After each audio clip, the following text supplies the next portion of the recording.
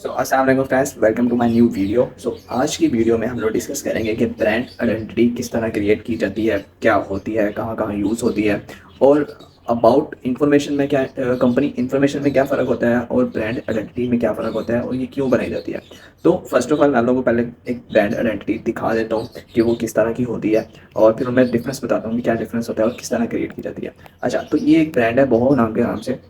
तो इन्होंने अपनी पूरी ब्रांड आइडेंटिटी करके हमें दी है। तो एज ये मेरे ये तो थे क्लाइंट थे हमारे और इन्होंने हमसे कुछ डिज़ाइंस क्रिएट करवाने थे, बैनर्स और पोस्टर वगैरह और वीडियोस वगैरह क्रिएट करवानी थी। तो उससे रिलेटेड उन्होंने हमें अपनी ब्रांड की गाइडेंस हमें सेंड की थी कि आपने इसके इसके अंदर रहकर ही डिज़ाइंस बनाना है। तो पहले मैं आप लोगों को बता दूँ कि क्यों क्रिएट की जाती है। तो बेसिकली ब्रांड आइडेंटिटी जो होती है इसलिए क्रिएट की जाती है कि अगर क्लाइंट हमारे पास आता है, फॉर एग्जाम्पल उन्होंने डिफरेंट डिफरेंट लोगों से डिज़ाइन बनवाने होते हैं, उनकी वेबसाइट होती है, वेबसाइट पर बैनर्स होते हैं, फिर प्रोडक्ट्स की जो प्रोडक्ट इमेज होती है वो डिज़ाइन होती है, फिर बहुत सी ऐसी चीज़ें होती हैं जो डिज़ाइन होती हैं, इंस्टाग्राम के टेम्पलेट्स डिज़ाइन होते हैं, वीडियोस के ऊपर जो बैनर्स होते हैं, जब वीडियो चल रही होती है उसके ऊपर या नीचे बैनर्स होते हैं, उनके डिज़ाइन होते हैं, बहुत से किस्म की एड्स होती हैं जो डिफरेंट टाइप की एड्स होती हैं। तो उन सब में एक कंपनी जो होती है वो अपनी गाइडलाइंस ब्रांड आइडेंटिटी जो है बना कर रख लेती है। वो क्लाइंट वो सेंड करती है डिज़ाइनर को कि आपने इसी के अंदर रहकर अपने डिज़ाइन क्रिएट करने हैं।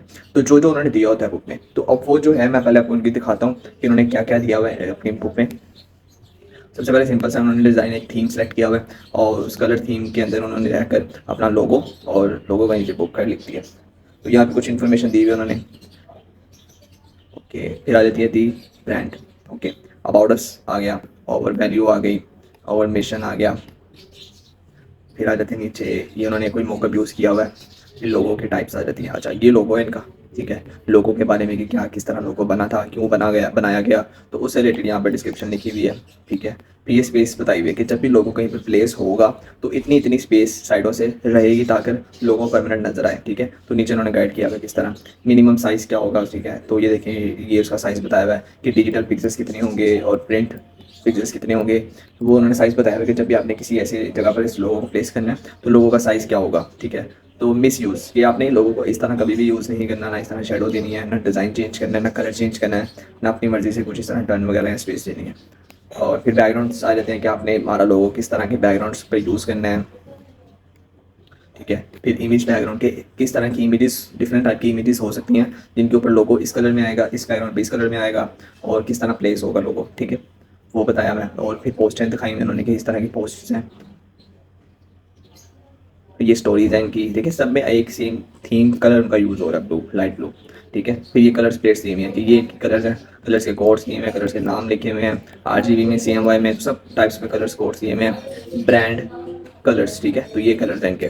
फिर आ जाते हैं कलर ऑन वेब टेक्स्ट। तो टेक्स्ट के पीछे जो कलर होगा वो किस तरह का होना चाहिए। फिर जो हीरोइन का मेन कलर है उसको उसकी पूरी डिटेल दी हुई है डिफरेंट टाइप्स में, ठीक है। टाइपोग्राफी कौन सा जो आपने फ़ॉन्ट यूज़ करने हैं वो बताए हुए हैं, ये 2 फ़ॉन्ट्स दिए हुए हैं और फिर उन 2 फ़ॉन्ट्स के बारे में डिस्क्रिप्शन दी हुई है, डाउनलोड लिंक दिया हुआ है, ठीक है। तो इस तरह पूरी इनकी ब्रांड आइडेंटिटी क्रिएट हुई हुई है। तो इसका लिंक भी मैं आपको डिस्क्रिप्शन में दे दूँगा, आप इसको देख लेना।